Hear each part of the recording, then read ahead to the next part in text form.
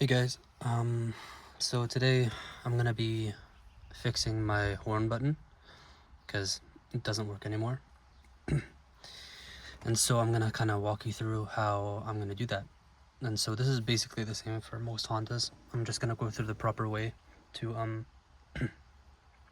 reconnect your horn. Let's say if you switch to an aftermarket steering style like this with a quick release. So a tool that you're gonna need is this. It's called a shoehorn connector. You can probably find it on Amazon. I bought it for like 30 bucks for a pack of 2. So yeah, just search up on Amazon shoehorn connector for Honda horns, and then you should be able to find it then. And so the next thing that you want to do is isolate your horn wire. And so I'm pretty sure it's this one right here. It's the one that has the one single metal part and the 3 empty parts.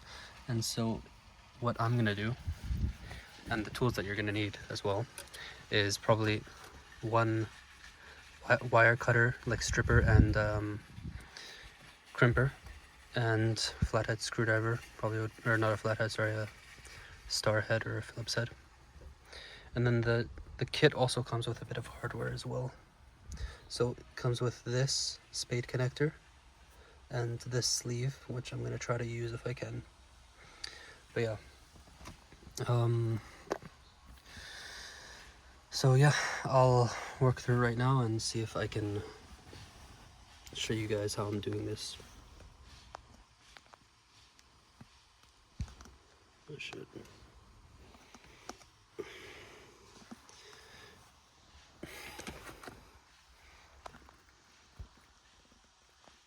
It's good.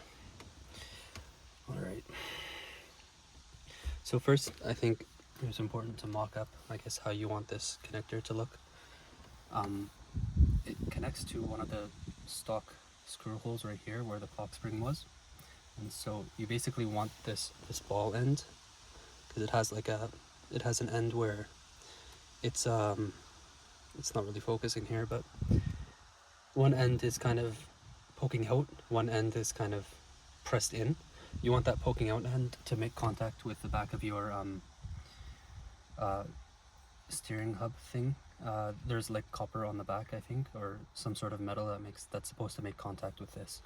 And so you basically want to put your connector here, mock it up so it works, and then yeah, make sure it connects. And then, so what I'm going to do, I'm going to go to this wire.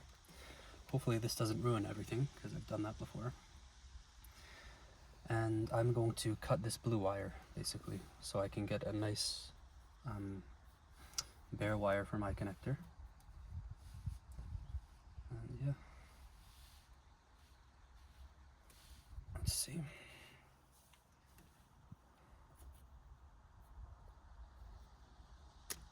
There are probably other ways to go around this, but this is the way that I think would be the cleanest for me, assuming that I don't break everything.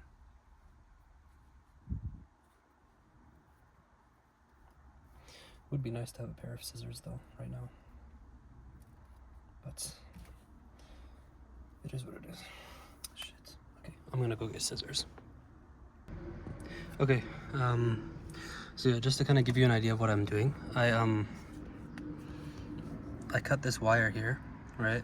But now I just want to kind of shorten this sleeve around the wire a little bit so I can just get a bit more space to strip it. Yeah.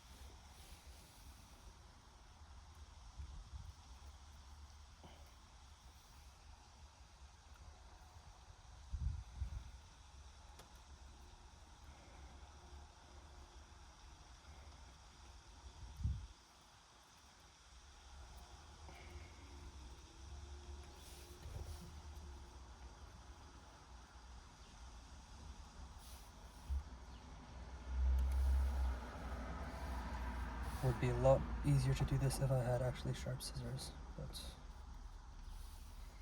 I don't. There we go. Nice. Okay, so at this point, right, you have your exposed blue wire. Now, just show you. Right now, it's just a matter of stripping it so we can get exposed.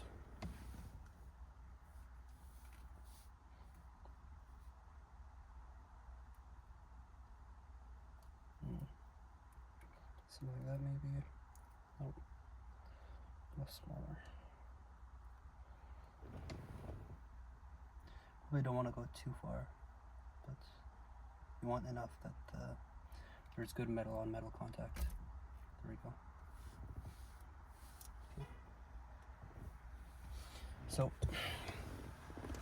strip the wire a little bit. And now what you're going to do, you're going to take your spade connector here and you're going to feed the wire through this crimping point. Through this crimping point onto the bare metal and try to crimp it down so that there's a good connection. Again, metal on metal is what you need here.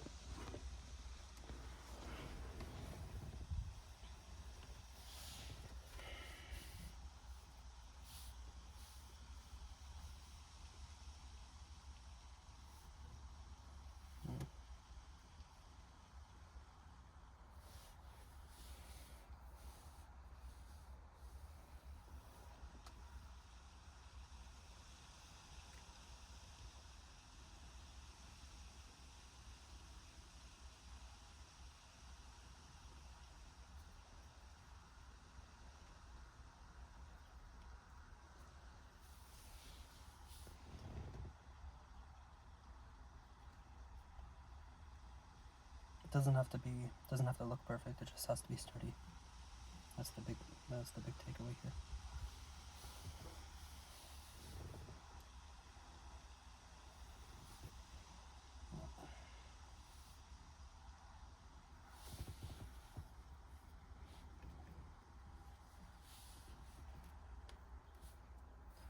It's kind of annoying.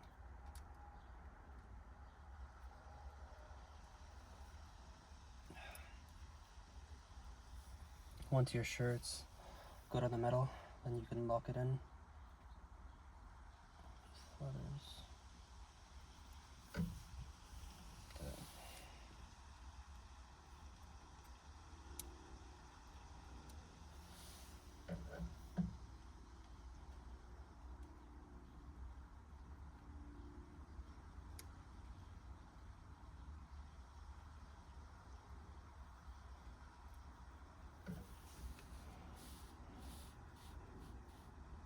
Oh shit.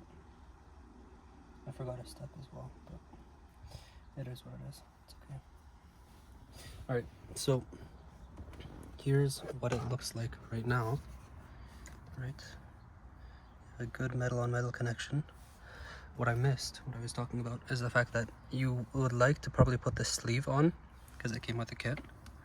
It's always good to have a bit of insulation so you can prevent accidental contacts, but I accidentally forgot about that and I'm not reversing my work, so I can do that. So right now you're going to make sure that this does in fact work by pressing it in right here.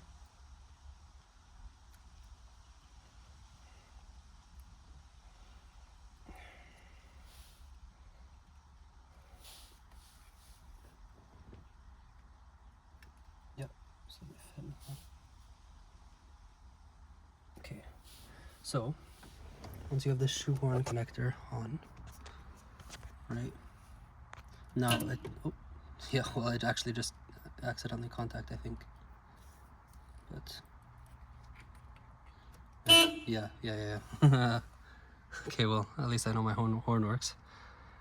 Anyways, so there is a factory screw hole right here. This is a good place, I think, to use one of these screw holes on the shoehorn connector and then get it to contact the back of this plate here that will help get the contact you need in order to activate your horn. And so if you still have your stock steering wheel, it actually came with a bit of hardware that might be useful here. So I'm just literally using a regular Phillips head screw and again a screwdriver. So you get your shoehorn connector put in place here on the back, and it's okay, don't worry about bending them because they're actually meant to flex a little so that there's always a constant connection. Yeah, you want to do this and just get it so that you know that there's a contact and you know that, jeez, this is annoying. Maybe if I can bend this, actually, it might be a little more helpful. Just bending it for a little more clearance here. Yeah, there we go.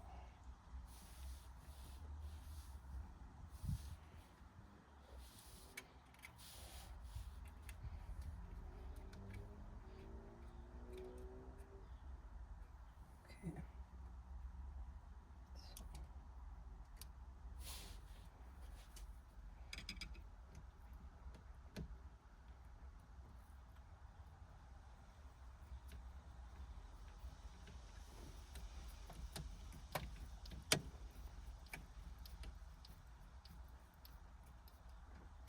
Okay. So that's done. Can make sure it's always contacting. That doesn't seem right.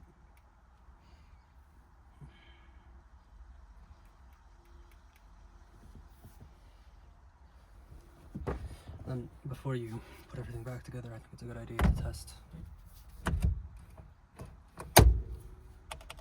So yeah, there's a mistake that I made here, and I see what it is, I'm pretty sure. I don't see what it is, just kidding.